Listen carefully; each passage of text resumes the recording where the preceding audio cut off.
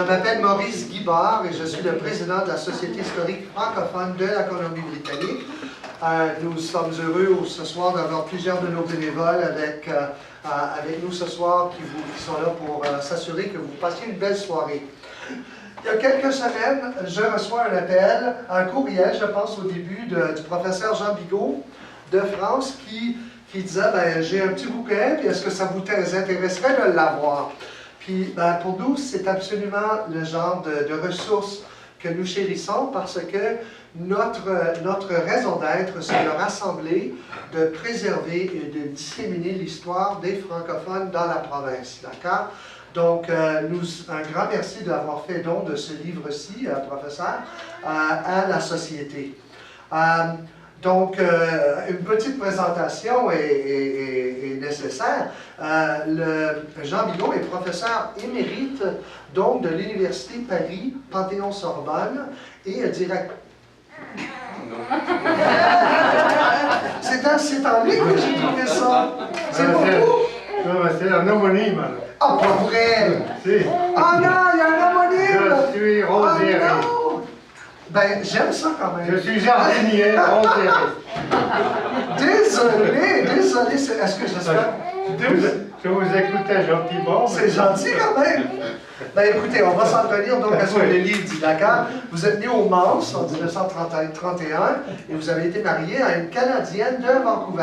Ouais. Elle, née d'un père irlandais et de mère écossaise, d'accord? De ce mariage, vous avez appris à connaître la vie des expatriés.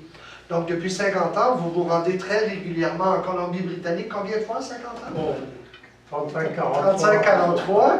Pas. Et dans ce livre, donc, il témoigne de ses rencontres avec des hommes et des femmes de toute origine, de toute confession, qui livrent leurs expériences d'assimilation. Le livre s'appelle « Migrants bâtisseurs en Colombie-Britannique, les limites de la diversité ». Et aujourd'hui, Jean Bigot a accepté de présenter une conférence sur « Migrants, source d'espoir pour le Canada, source d'incompréhension pour l'Europe ». Merci beaucoup. Merci.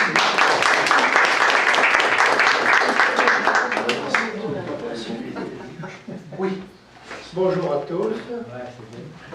Et surtout aux amis, première, deuxième, troisième génération d'une famille. Mais ça remonte avant, puisque mon épouse était à l'université avec la mère de l'âme. Bon, alors je vais vous parler d'un sujet qui est actuellement brûlant, les migrants. Je n'ai pas de photo pour illustrer ce propos, ce n'est pas nécessaire. Les migrants, chez vous, c'est une magnifique diversité. Donc, est-ce que cette diversité peut être un exemple pour la vieille Europe? Pour nous, c'est un cauchemar, un choix délicat, un cruel dilemme. Je dis ça pour tous les Européens. Si c'est une source de progrès pour vous, une richesse pour nous actuellement, c'est beaucoup de soucis, surtout que les politiciens s'en occupent très mal. Les mots citoyenneté, identité, communautarisme, laïcité, à mon sens, n'ont pas la même valeur des deux côtés de l'Atlantique. Jamais l'Europe n'a été secouée, il est vrai, par une crise migratoire qui se révèle sans précédent. Il faut remonter 3 ans en arrière à l'appel de Mme Merkel en juillet 2015 qui a ouvert une grande vanne de l'immigration. Aujourd'hui, elle doit faire face dans son propre pays à une opposition de plus en plus virulente qui menace même son alliance de gouvernement. Les propositions de restructuration européenne de notre président sont, à cause de cela, reléguées au second plan. Et pourtant, je voudrais rappeler tout à l'heure nos traditions d'accueil. Le problème des réfugiés, c'est vrai, il est exacerbé par les tensions, par les guerres en Afghanistan, en Libye, par la misère en Afrique subsaharienne. Le problème a changé d'échelle aussi avec la guerre de Syrie. Mais tout ça, vous le savez, vos médias vous le disent. C'est terrible de voir actuellement, chaque jour, cette marée humaine qui déferle à travers la Méditerranée. Des femmes, des hommes, des enfants qui mettent leur vie entre les mains de passeurs peu scrupuleux. Nos médias, à nous, débordent de drames de migrants. Il faut dissocier d'emblée les réfugiés et bien sûr les migrants économiques. Je ne vais pas traiter les deux questions, mais je vais vous donner peu de chiffres. Il faut quand même savoir qu'il y a actuellement 1 600 000 migrants entrés illégalement en Europe depuis 2 ans. Ça fait beaucoup, 1 600 000. Pour la seule année 2017, les ONG dénombrent au moins 8 morts par jour. C'est terrible. À part des mesurettes, des petites mesures, rien n'est fait. Récemment, on a connu des guerres menées par un grand État en particulier, soi-disant suite à la possession d'armes de destruction massive. Et le cimetière de la Méditerranée, avec ses 15 000 morts en 4 ans, ne justifie-t-il pas une intervention contre les responsables, contre ces passeurs? C'est ignominieux. Bref, l'immigration va continuer, je vous en parlerai tout à l'heure. Mais c'est un défi redoutable pour notre époque. Jamais le nombre de personnes déracinées n'a été aussi important. Presque 2 fois l'équivalent de votre population. L'équivalent de notre population. 68 millions de personnes sont actuellement déplacées dans le monde. La moitié ayant moins de 18 ans. Les migrations mettent à l'épreuve l'humanité de nos démocraties. Tant qu'il y aura des guerres et des persécutions, il y aura des réfugiés. Ça, c'était Antonio Guterres, le secrétaire général des Nations Unies. Il déclarait ça le 21 juin. Mais qu'est-ce qu'on voit de la part des Nations Unies? Des paroles et bien peu d'actes. Dans un pays jeune comme vous avez un ministre de l'immigration. J'ai même vu ici que vous avez un service de l'immigration pour la Colombie-Britannique. Vous avez un ministre de l'immigration, des réfugiés, de la citoyenneté. L'honorable Ahmed Hussein doit être compétent puisqu'il est né en Somalie. Je sais qu'il a rejoint le Canada à 17 ans en 1993. Son expérience personnelle plaide pour lui et ses engagements et doivent lui conférer une dimension respectable. Non, le Canada a une politique à long terme en matière d'immigration. Le résultat me semble probant, sinon exemplaire, malgré quelques complications de temps en temps. En France, dans un pays à l'histoire très longue, nous avons seulement un délégué interministériel à l'intégration, nommé le 24 janvier 2018.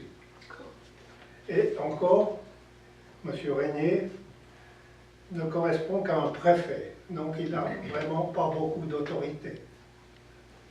Alors, on fait la comparaison entre vous et nous, et c'est la même chose dans la plupart des pays d'Europe. Ça passe après beaucoup d'autres choses. Je ne suis pas là pour faire de la politique politicienne. Je regrette seulement, en tant que Français, qu'un des candidats à la dernière élection présidentielle qui connaissait bien votre pays souhaitait s'en inspirer. Hélas, les urnes n'en ont pas décidé ainsi. Et je reviens à l'appel fâcheux de Mme Merkel. C'est vrai que l'invitation est probablement partie de son cœur, mais elle n'a pas mesuré les conséquences. Il faut aussi rappeler la situation restrictive en Pologne, en Hongrie et dans tous les autres pays de l'Est qui gardent présent à la mémoire les terribles années de l'occupation soviétique et qui ne voient pas actuellement, c'est trop tôt leur indépendance. Trop tôt pour pouvoir penser à accueillir. Il faut qu'ils se refaçonnent leur identité. C'est pas facile. Donc, cela, on peut les comprendre. Nous, Europe de l'Ouest, on nous comprend moins bien. C'est dommage. Et regardez l'Autriche qui préside actuellement l'Europe, qui devient de plus en plus restrictive.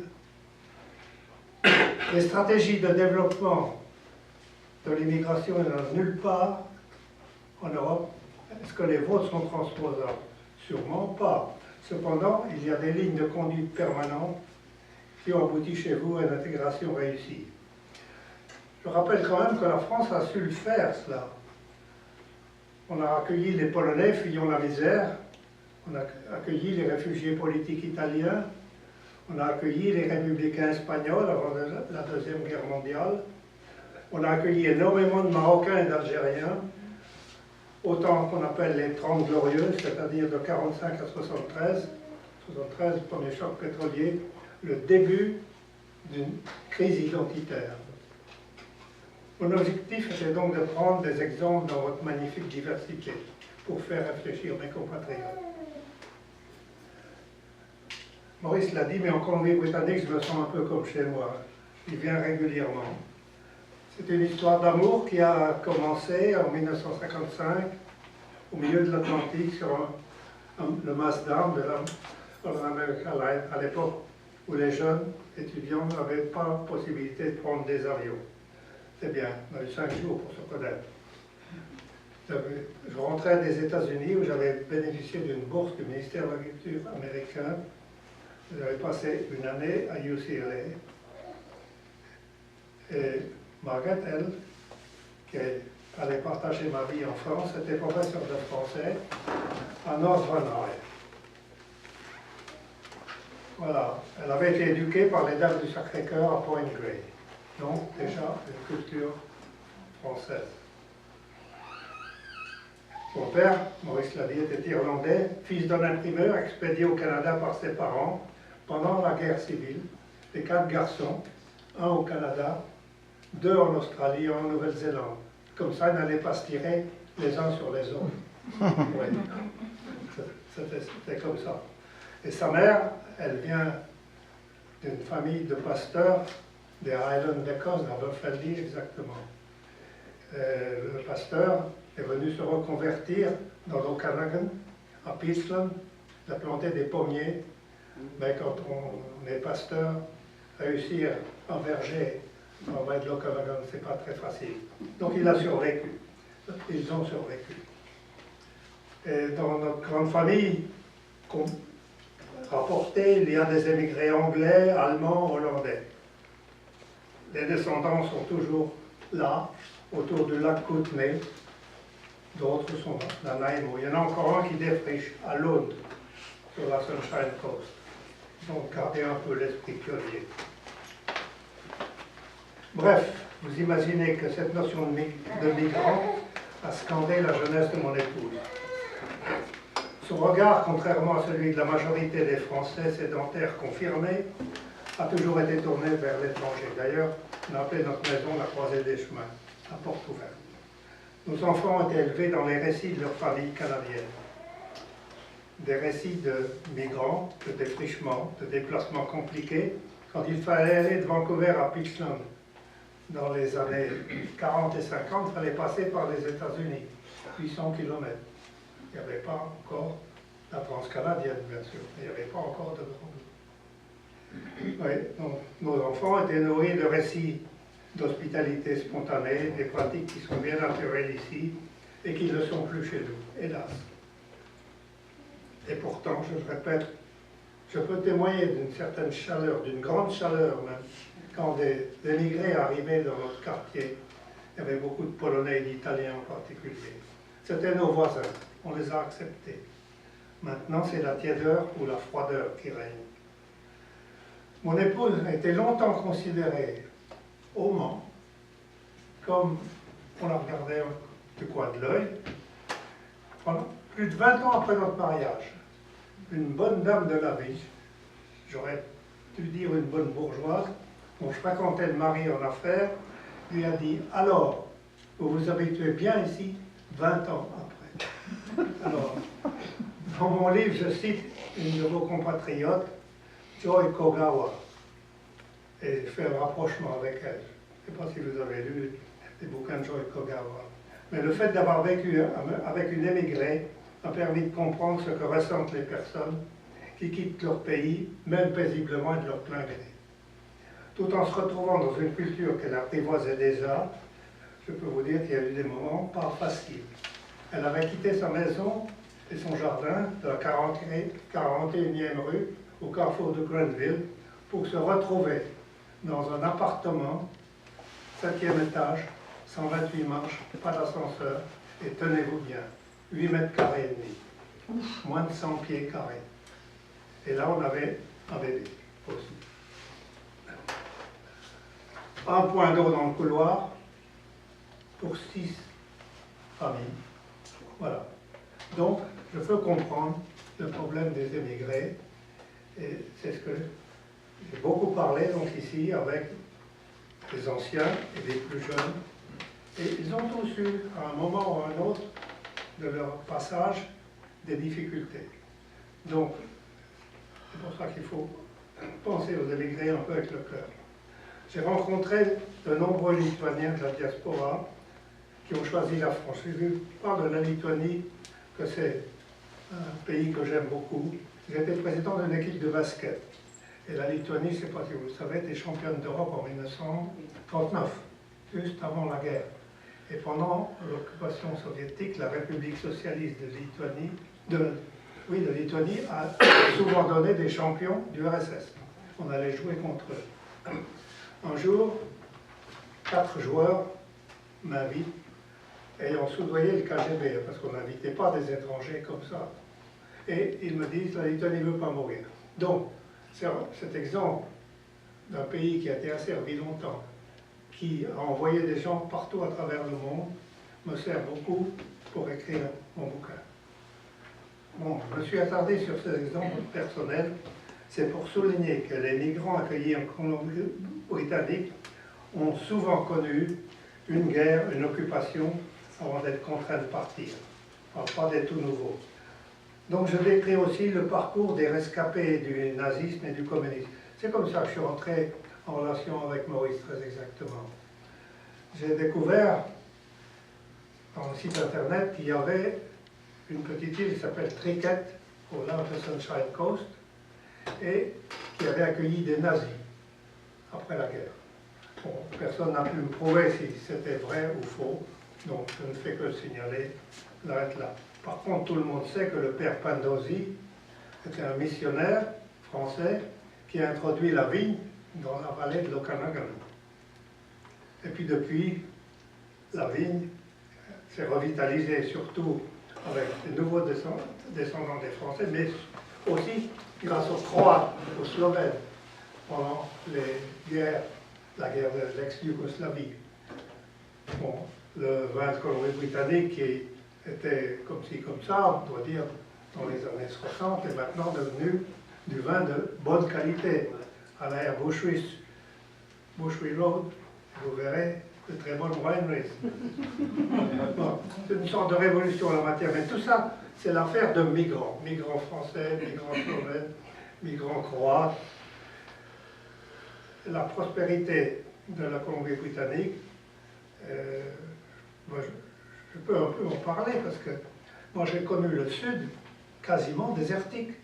Et maintenant, regardez, tout autour d'Oliver, tout ce qu'il y a.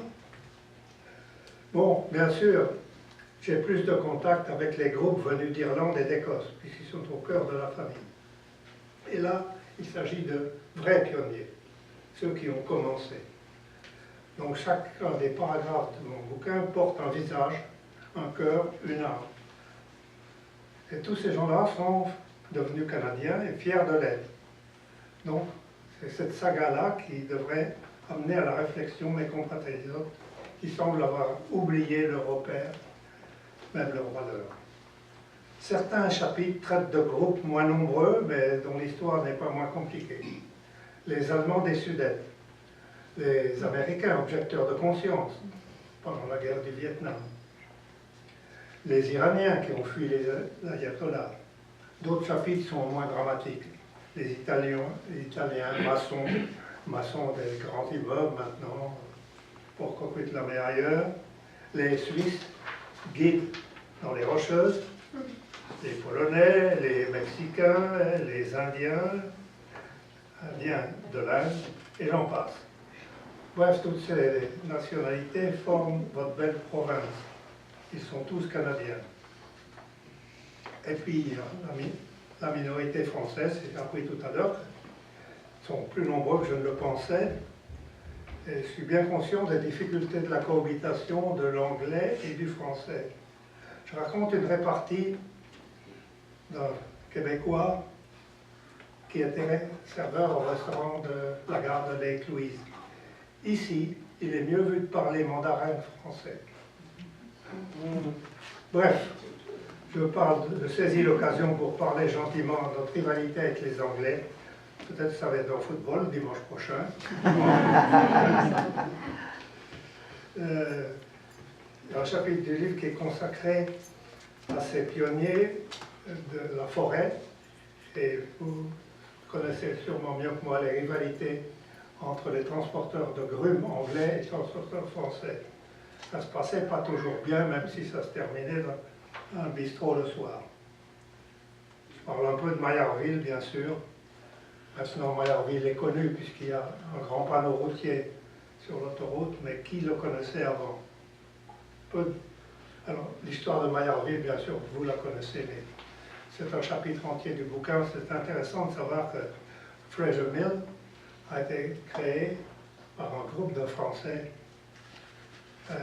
C'était en 1909-1910. Ils étaient réputés pour leur savoir-faire en matière forestière. Ils ont été amenés du Québec et ils ont fondé la plus grande scierie à l'époque. Quand on va maintenant à Coquitlam, on voit la maison Beauvieux, il y a l'avenue Brunette, il n'y a pas grand-chose quand même. Quelques maisons rue Cartier, la tour de l'horloge. Maillardville aurait bien voulu s'appeler Maillardville, mais la rivalité avec les Anglais était déjà là. Non, vous ne serez qu'une partie de la ville. Et je rappelle aussi que tout n'est pas rose dans la formation de la province. Ces périodes de résistance, comme les familles françaises devaient payer pour envoyer leurs enfants à l'école. Et un jour, ils ont fait la grève et ils sont tous allés dans les écoles anglaises. Ça a mis un peu... Ça a été un gros problème pour les politiciens de cette province. Mais tout ça, cette histoire ancienne, maintenant est passée, mais il faut la rappeler un petit peu. Bon, il y a beaucoup de questions de pionniers européens ou chinois dans la première partie. La Colombie-Britannique est surtout le fruit de ces pionniers de l'impossible. Des bâtisseurs acharnés. Quand je vais dans le Caribou, je rencontre encore un chauffeur de grenier dont la famille a toujours été dans le bois. Et ça me donne l'occasion d'approfondir la dureté de la vie de ces migrants. Il parle de ces fermiers qui vivent encore au rythme d'Achille-Cotine. Et il fait allusion à la route. J'en parlais tout à l'heure qu'il fallait faire le grand détour. Mais pour lui, la route est une créature vivante en Colombie-Britannique. Un jour, vous l'aimez, le lendemain, vous la haïssez, selon l'humeur de la météo. Ici, la route ne vous laisse jamais indifférent. J'ai jamais entendu des propos comme ça ailleurs.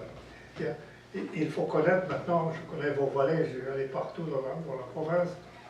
On passe de l'une à l'autre assez facilement. Mais il y a encore eu des grands éboulements, il n'y a pas longtemps, des morts sous les éboulis, etc. Donc, vu de l'extérieur, vous êtes intéressant à double titre. D'abord, cette belle diversité qui fait une unité, et aussi dans la difficulté. Ça, c'est pas bâti, c'est pas un Eldorado, la Colombie-Britannique. Il faut la connaître en toute saison. Bon, depuis quelque temps, chez nous, en Europe, le mot migrant, chaque fois que vous ouvrez votre téléviseur, chaque fois que vous ouvrez un journal, migrant, migrant, migrant. C'est un phénomène qui inquiète, et hélas, les populistes s'en occupent pour faire croire que notre identité est menacée.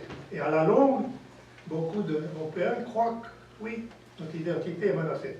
C'est vrai qu'avec l'arrivée de groupes d'Afrique musulmane ou de Syriens, il y a un petit peu plus de difficultés qu'avec les Polonais, les Italiens qui arrivaient, c'était la même culture judéo-chrétienne.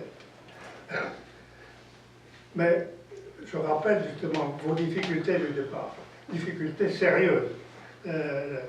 L'incident du Kamagatamaro en 1914, quand dans le port de Vancouver, un bateau de migrants venant du Pendjab a été refoulé, avec 350 personnes à bord, c'est la Colombie-Britannique, c'est le Canada. Bon, ça n'a donc pas toujours été facile.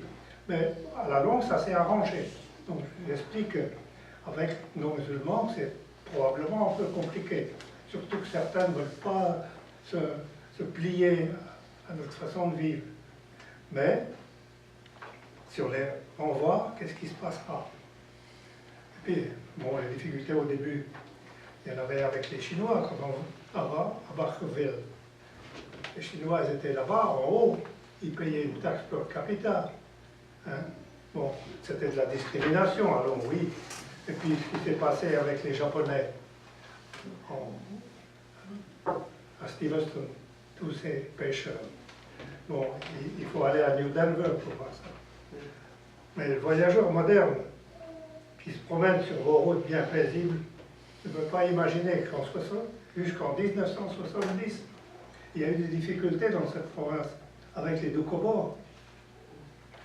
J'ai été témoin de villages où le poste de pompier a été brûlé, l'école a été brûlée. C'était en 1968. C'est pas vieux, hein? C'est pas vieux. Bon, vous n'avez jamais cédé. C'est ça, la force que j'essaie d'exprimer dans mon bouquin, c'est que vous avez une politique d'immigration claire et que vous ne cédez pas aux provocations. Je sais que ce n'était pas très heureux d'envoyer les enfants des Doukhobors dans les mêmes endroits où avaient été parqués les Canadiens, les Japonais, je veux dire, pendant la guerre, mais vous l'avez fait parce que vous vouliez qu'ils aillent à l'école.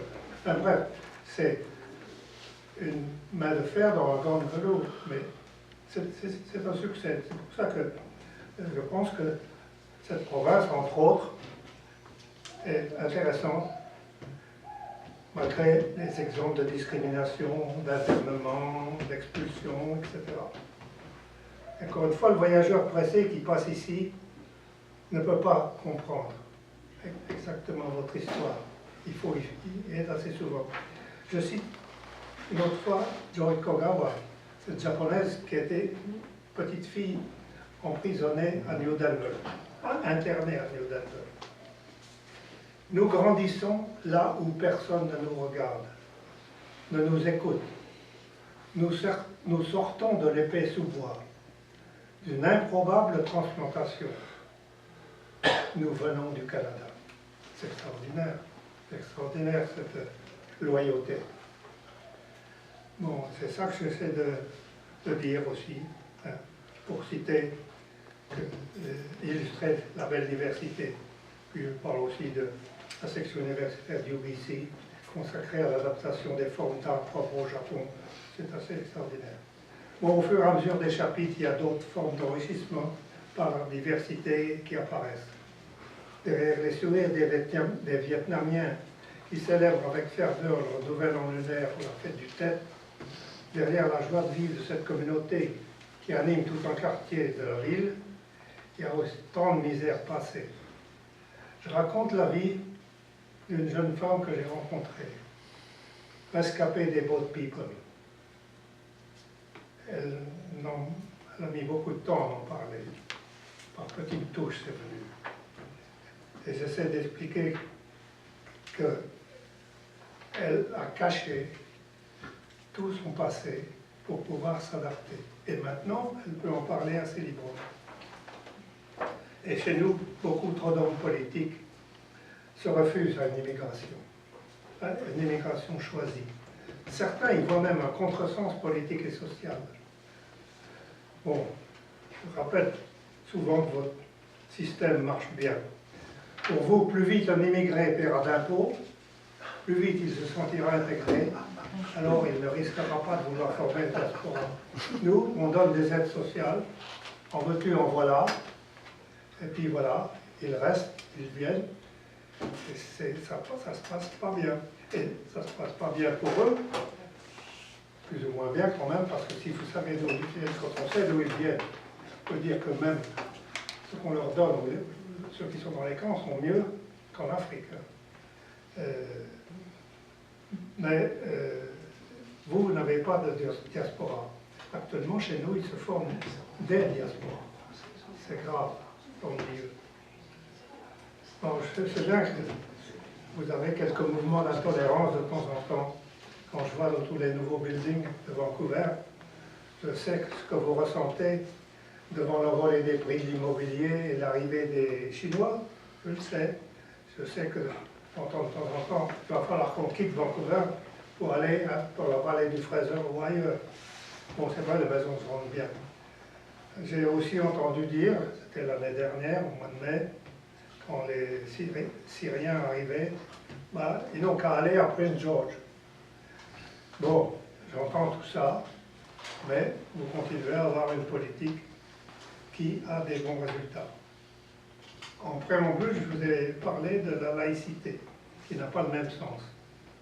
En anglais, je pense que c'est secularity, mais chez nous, c'est chargé d'une charge émotionnelle qu'il n'y a pas en anglais. D'ailleurs, je crois qu'il n'y a que chez nous, les Français, il y a cette charge émotionnelle. Depuis notre évolution et depuis 1905, la séparation entre l'Église et l'État. Actuellement, en France, c'est un problème sérieux. On met la laïcité à toutes les sauces, on déforme son sens. Même notre président de la République. Bien sûr, les attentats revendiqués par Daesh compliquent le problème des réfugiés musulmans. Les populistes font facilement l'amalgame, vous en doutez. Mais on peut aussi regretter que les chefs religieux musulmans, à de rares exceptions près, ne prennent pas la parole pour condamner les terroristes. C'est dommage. En préparant le livre, j'ai essayé de comprendre votre politique en la matière. J'ai pris un exemple qui n'est pas ici en Colombie-Britannique, celui de Zonera Ishaq, pour montrer à mes compatriotes que même au pays de la magnifique diversité, il y a un militantisme islamique qui n'hésite pas à défier le pouvoir. Certes, c'était au temps de Harper, Premier ministre, certes, elle n'habite pas la Colombie-Britannique, mais, à mon sens, elle a essayé de défier les valeurs canadiennes et ça n'a laissé personne indifférent. Bon, chez vous comme chez nous, il y a des militants qui instrumentalisent allègrement les droits de l'homme et l'égalité homme-femme. Ça, c'est évident. Mais, puisque le bouquin est adressé d'abord à des Français, je pense que une cohésion sociale actuellement est mise à mal par des clivages de plus en plus forts entre une population qui provoque assez régulièrement et qui refuse nos lois, les lois de la République. En bref, ils ne se sentent pas français. Et là, toutes les enquêtes, y compris une toute récente la semaine dernière, prouvent que des gens qui sont chez nous depuis 20 ans ont changé. Ils se disent d'abord musulmans et ensuite français. Donc, attention. On pense que notre laxisme d'État a des limites et qu'il va falloir changer.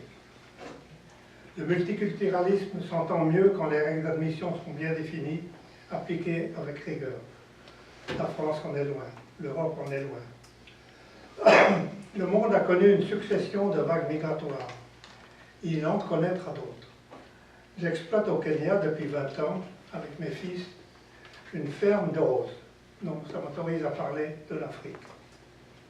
C'est probablement le continent de demain. Les Chinois d'ailleurs en sont bien conscients. Mais ils ne sont pas arrogants, ils viennent gentiment, ils investissent. Vous connaissez mieux que moi. Je les vois là-bas. Et cette expérience de moi, cette expérience kenyane, merci.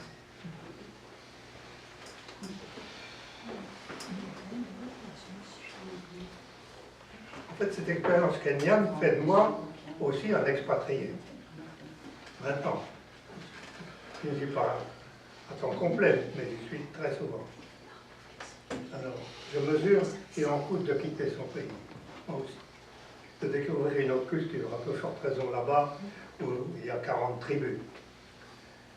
Je ne suis qu'un nomade, je ne suis pas un vrai migrant.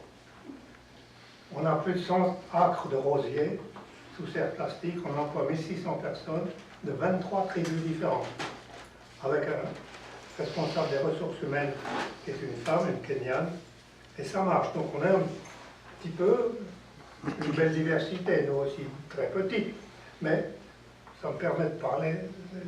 C'est un peu pour ça que j'ai écrit ce bouquin.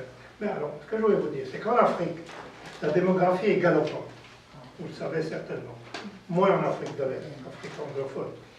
Au moment des indépendances, dans les années 50, 60, le continent africain, c'était 250 millions d'êtres humains. Aujourd'hui, 2018, 1 milliard 250 millions. En 2050, ça va doubler. Et les jeunes ne voient pas où est leur avenir dans le pays. Parce que ceux qui émigrent, je pense que vous le savez, mais ce ne sont pas des simples ouvriers, ce sont des gens qui ont fait, la majorité, des gens qui ont fait des études, même des études supérieures. Bon, pour nous, c'est une mine d'or, si vous voulez. Les Anglais nous ont laissé des écoles d'agriculture et d'horticulture remarquables, où les jeunes foncent, mais il n'y a pas assez d'investisseurs. Alors là, ce sera un autre sujet que j'ai traité dans notre bouquin qui traite de la mondialisation. Mais on a à faire face, quand on veut investir en Afrique, à un problème d'une gravité immense, la corruption. On me dit qu'il y a de la corruption partout, je veux bien, mais je pense que le niveau à laquelle la corruption est au Kenya, c'est pire. Pour vous donner un seul petit exemple, l'ancien gouvernement avait un ministre anticorruption, qui est maintenant en prison. Voilà. Bon. Alors, qu'est-ce que fait l'ONU dans tout ça? Est-ce qu'elle va apporter une solution? Parce que l'Afrique a besoin d'investisseurs, plus que d'ONG. L'ONG, c'est bien, mais ce n'est pas la solution d'avenir. Ce qu'il faut là-bas, c'est investir. Il ne faut pas se tromper. Les Africains ont envie de rester en Afrique. Mais pour faire quoi? Alors on a fait une guerre. Maintenant, il faut qu'on fasse la guerre à la pauvreté. Si nous ne changeons pas nos mentalités, les migrants africains vont déferler. Dans le bouquin, je ne fais que témoigner et livrer mes impressions. Mais je peux vous dire qu'il y a une épée de Damoclès qui est suspendue au-dessus de nos têtes s'il n'y a pas une politique mondiale de mise en place. Chez nous, les balbutiements de notre politique, des lois votées dans l'urgence, me semblent contribuer à diffuser l'idée que les Français sont majoritairement opposés. C'est faux. Si vous parlez cœur à cœur, ils ne sont pas du tout opposés. Mais le discours, il n'y a plus que du discours, il y a surtout de l'image maintenant. Des images rapides. Et ça fait que la majorité dit « Ah ben non, personne n'en veut ». C'est pas tout à fait vrai. Donc, je ne sais pas combien de Français vont acheter mon bouquin, mais faire réfléchir. Je ne suis pas tout seul, heureusement, à faire réfléchir. Bon, chez nous, c'est un dysfonctionnement par rapport à notre idéal de fraternité. Fraternité, c'est le troisième terme de notre devise. Elle est drôlement mise à mal, notre devise républicaine. Certes, les sans-papiers nécessitent un contrôle pour éviter les abus. On ne va pas accueillir tous les demandeurs d'asile, mais il faut respecter la dignité. Et actuellement, on ne respecte pas la dignité, on fait du coup par coup, et il n'y a pas de règle. Bon, donc, je peux dire que la question des migrants n'est pas une crise, contrairement à ce que je lis dans tous les jours. Ce n'est pas une crise. C'est un phénomène d'ampleur, c'est un phénomène durable. Certes, la situation est complexe, elle est difficile, mais il faut rechercher une réponse cohérente de tous les États. Le pape qui est venu au Kenya récemment a eu cette phrase: la cohabitation de la richesse et de la misère est un scandale. Bon, je reviens à l'Afrique, qui me fait peur. D'un côté, j'ai beaucoup de confiance en elle, mais j'ai très peur que si on ne fait rien, ça va exploser d'une manière ou d'une autre, à cause de cette grande pauvreté qui jouxte la richesse. Je vous disais que j'ai étudié l'approche humaine de la mondialisation à travers mon expérience africaine. Et les migrants potentiels ne manquent pas de dynamisme, ni d'énergie, ni de créativité. Ils manquent de vision dans l'avenir chez eux. Et avant tout, ce n'est pas des discours et des chiffres et des tableaux, non, non, non. Il faut voir sur place les personnes. On a eu un président de la République qui a eu le courage de le dire. Tout le monde lui a tiré dessus. Non, non, il ne faut pas dire ça. Bon, alors s'il faut rien dire, on verra. Bon, c'est vrai que c'est un autre sujet. Je ne vais pas développer ça ce soir. Mais qu'est-ce qu'on fait, tous les présidents des grands pays du monde qui se réunissent? J'ai cité en commençant le secrétaire général de l'ONU. Tant qu'il y aura des guerres et des persécutions, il y aura des réfugiés. Tant qu'il y aura des pauvres et des riches, il y aura des migrants. Je ne cherche pas à donner des leçons dans mon bouquin, ni à donner la Colombie-Britannique comme un modèle à exporter, mais seulement comme des exemples humains pour essayer de réfléchir. On n'a aucun droit d'exercer un chantage sur les autres. Le chantage peut être financier. Souvent, il est financier. On n'a aucun droit d'intimider. On n'a aucun droit de se montrer arrogant. On a seulement à écouter notre cœur. Il est temps de dépasser les raisonnements purement économiques. Dépasser nos égoïsmes pour espérer un avenir sans grand bouleversement. Le retour aux égoïsmes nationaux résonne comme une régression de la pensée. Le retour à l'éthique de solidarité et de responsabilité va-t-il permettre au monde de rester unique dans sa diversité? Ça, c'est vrai pour tout le monde. Mais je pense qu'il est temps de construire enfin les conditions de la paix partout. Votre politique en matière d'accueil, rigoureuse, sans laxisme, votre équilibre de fermeté et d'humanité semble avoir suffisamment fait ses preuves. Bon, je ne suis pas naïf, je sais bien qu'il y a des petits accros par-ci par-là, mais je ne donne que des exemples. Je ne suis qu'un témoin, c'est l'objet de mon bouquin. J'ai donné à des Canadiens de Colombie-Britannique la possibilité de s'exprimer. Ils viennent de partout, ils témoignent, c'est eux qui témoignent à travers moi de la construction d'une belle province. Et ce que je souhaite, c'est qu'on n'oublie pas qu'il y a d'autres pays qui souhaitent eux aussi à devenir beaux chez eux. Merci.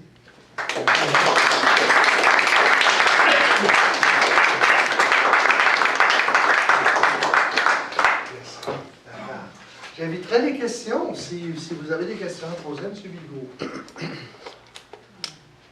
Oui? Je vais commencer, j'ai trouvé votre commentaire qui s'en est, Pointe-Georges, plutôt intéressant. Je pense qu'il y a beaucoup d'immigrants au Canada qui aimeraient bien aller à Pointe-Georges s'ils pouvaient pratiquer la profession qu'ils avaient chez eux, médecins, ingénieurs, etc. Ils arrivent ici, puis ils ont toutes sortes d'embûches pour pouvoir continuer. Par exemple, il y en a qui viennent d'Europe, par exemple, de Croatie, de Serbie, qui ne peuvent pas pratiquer la médecine ici. Ils doivent refaire 3 ans de médecine. Oui, je sais. C'est des exemples. Je ne les ai pas cités dans le bouquin, je sais. Ah. Alors, je ne sais pas si c'est pas une question, mais... Non, mais... Avez-vous une solution peut-être? Je peux poser non, une mais question. c'est vrai. Je le répète, bon. Vous savez, j'ai écrit d'abord pour les Français, sur des idées générales. Si je viens dans des idées, ce n'est pas un détail, je ne veux pas dire que c'est un détail pour ceux qui sont concernés.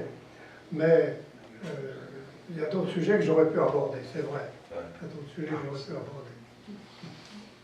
D'accord, merci. Oui?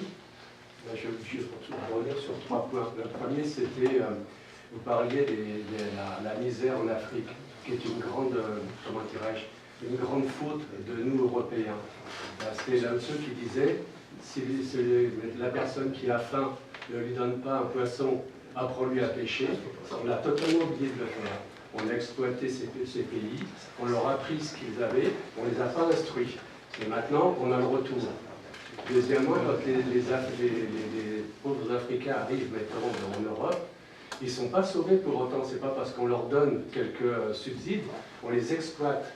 En particulier, il y a eu l'Allemagne qui exploite son million d'émigrants à des prix complètement ahurissants. En Allemagne, le salaire minimum est de l'ordre de 17 ou 18 euros. Comment dirais-je, ces Africains, ces migrants, ils ont comme salaire 3 ou 4 euros. Donc ça, si ce n'est pas de l'esclavage moderne, je ne sais pas ce que c'est. En France, on a déjà commencé très tôt.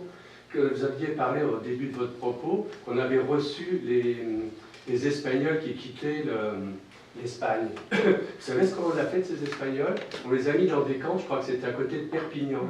Et là, on les a complètement ignorés, on les a laissés mourir. Dedans, il y avait certaines personnes qui étaient coiffeurs. Et ils venaient en concurrence avec le coiffeur français. Qu'est-ce qu'on a fait? On leur a imposé non pas un certificat de coiffure, on leur a imposé une dictée. Et cette dictée elle a été supprimée, je crois, il y a 20 ans en France. Donc l'exploitation continue toujours. Et en fin de compte, nos pays européens est un pays d'exploiteurs. Et pour moi, je suis français, je ne suis pas canadien. Et je m'aperçois que même au Canada, il y a une forme d'exploitation. Vous avez parlé de la médecine, on a le cas dans notre famille, où des médecins sont arrivés ici, on les a obligés à passer 3 années supplémentaires, ce qui était déjà très difficile. Donc, qu'est-ce qu'ils ont fait? Ils ont été vers d'autres secteurs plus abordables, parce qu'à un certain moment, on est obligé de manger, donc pour manger, c'est gagner un salaire. Et là où vous avez raison, c'est qu'ici, on donne un salaire pour pouvoir payer les impôts. En France, on donne des subsides juste pour essayer d'exploiter. Ça, c'est vraiment la différence entre nos deux pays. J'ai dit. Bon, alors, votre premier point, c'est une condamnation des pays colonisateurs. Pour avoir vécu 20 ans en Afrique, et y aller encore régulièrement, je dois dire qu'il ne faut pas être manichéen. Les colonisateurs n'ont pas fait tout bien, mais ils ont fait beaucoup de choses bien. Ils ont amené la médecine, ils ont amené l'éducation, ils ont amené, même si c'était à l'époque considéré comme mal vu, si vous voulez, parce qu'on imposait, il y a des profits de la colonisation qui sont incontestables. Pourquoi?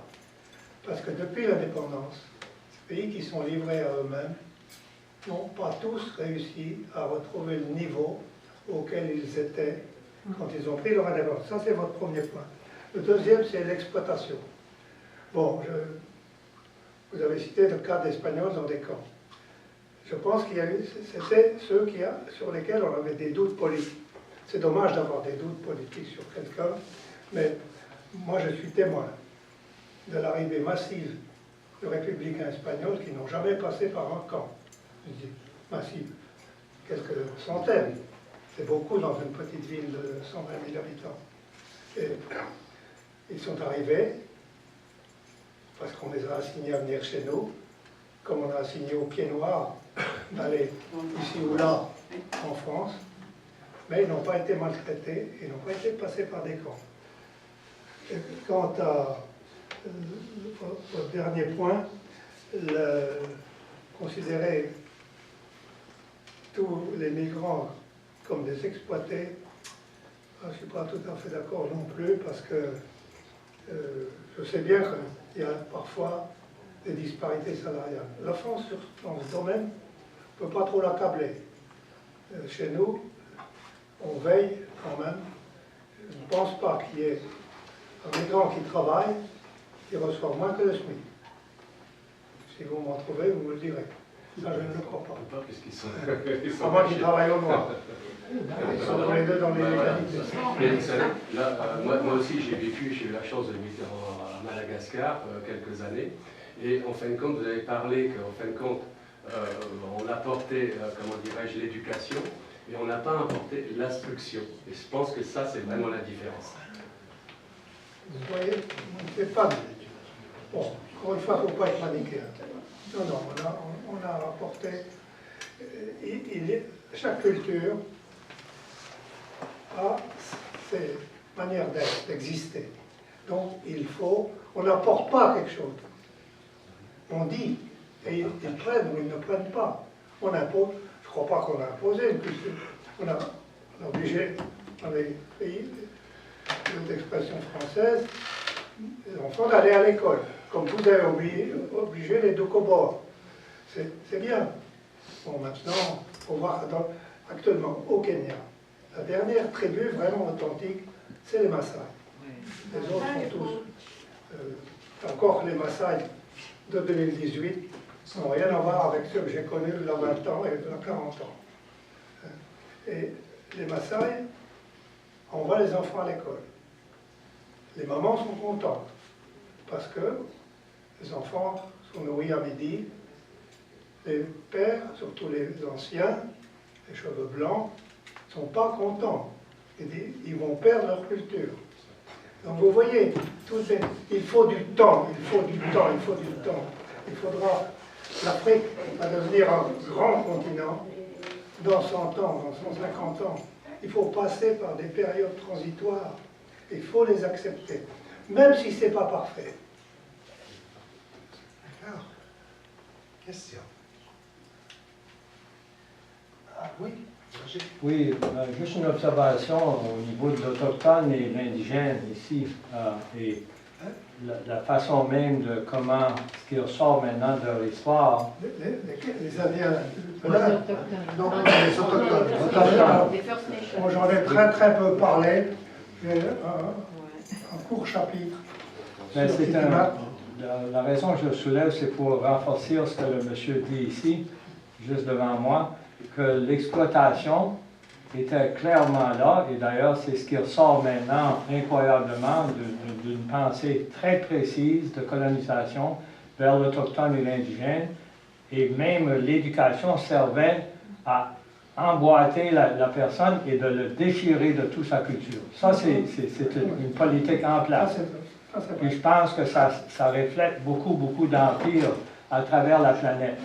Tout empire allait vers ce sens de prendre ce qui n'était pas civilisé, entre guillemets, et puis la définition de ce qu'est un civilisé dépendait de la force du groupe qui arrivait. C'est ça que je voulais renforcer un peu plus que le monsieur ici disait. Non, mais ça c'est vrai, mais bon, mon sujet c'est les migrants. Les Indiens ne sont pas des migrants. Non. Ah oui. Mais Non, c'est- mais ils sont pas sinon, il y a très ici. longtemps. Oui, mais c'est encore pire, c'est ça. Non, C'est mais- comme en Afrique. Non, mais je parle des Indiens, et Oui. j'abonde un petit peu dans votre sens quand même. Je parle des pipelines Oui. et de Kitimat Et et de de Avatar. toute cette tribu de pêcheurs qui voient leur écosystème détruit. Donc, j'en suis bien conscient. Oui, je le soulève parce qu'il est très important dans le sens de comment Non, mais ça, c'est une autre société rentre et s'impose. C'est ça la réalité. Merci Roger. Oui. Ça existe. Avez-vous d'autres questions? Oui, ça existe toujours. On a vu un reportage il y a 3 jours sur les Maasai qui sont expulsés de leur terre par le prince de je ne sais plus quel pays arabe qui a fait une grande chasse. Ils sont expulsés par les politiciens Oui. kenyans Ben oui. qui sont payés Oui, c'est ça. par d'autres. Ah, ouais, c'est pas normal. C'est la corruption. Et vous savez, il n'y a pas. Alors, sur les terres Maasai, je reviens, les Maasai sont maintenant là où les Anglais les ont mis.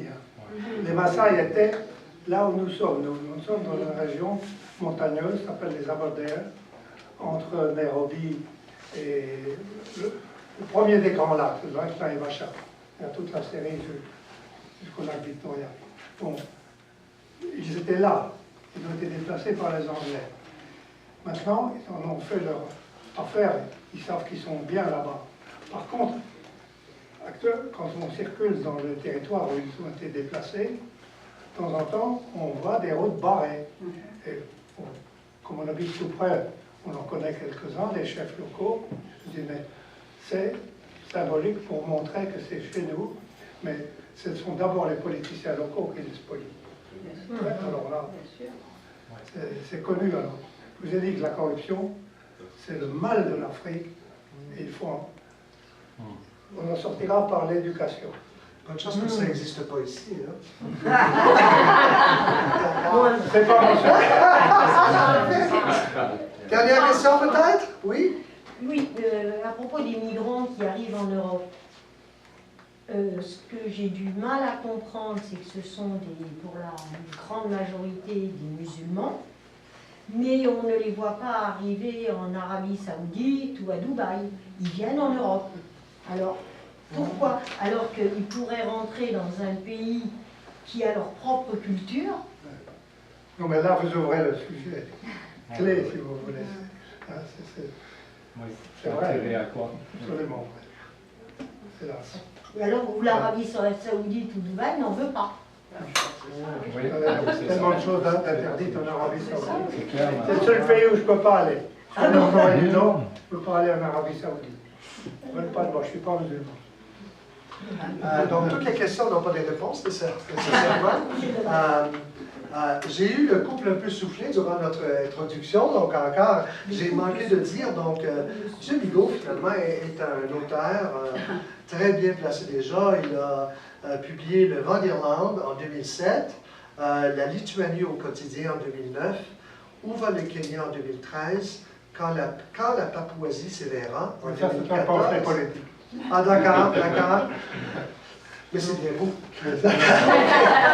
Une approche humaine de la mondialisation en 2017 et cette même année-là aussi, Migrants bâtisseurs en Colombie-Britannique. Merci beaucoup d'être venu parmi nous pour partager. Si les gens s'intéressent au livre, Amazon. D'accord? Parfait. S'il vous plaît, restez avec nous. Nous avons du vin, du fromage et M. Bigot sera ravi de discuter avec vous davantage. Merci d'être là.